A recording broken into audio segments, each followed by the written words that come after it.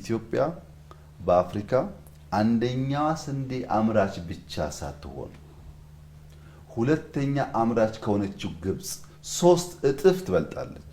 በድፍረት ነው ይሄን የምናገረው፣ በሙሉ እምነት ነው የምናገረው። አንዱ የሚነሳው ኢትዮጵያ ስንዴ የምታመርት ከሆነ ለምን የዳቦ ዋጋ አልቀነሰም? ለምን ስንዴ ወደ ሀገር ውስጥ ይገባል? የሚሉ እኔ ኢትዮጵያ ስንዴ እያመረተች መሆኑን የማውቅበት አንድ ማስረጃ አለኝ። እኔ እንደ ሰው ቢሮ በገባው አመት በ2 አመት 3 አመት ድረስ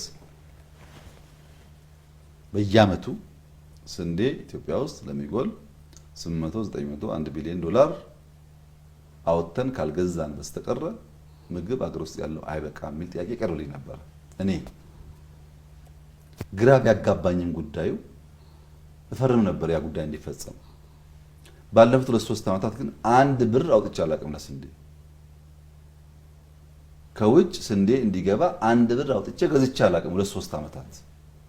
ለዚያ ነው ደረቴና ፊቴ ተመርቷል እምለው።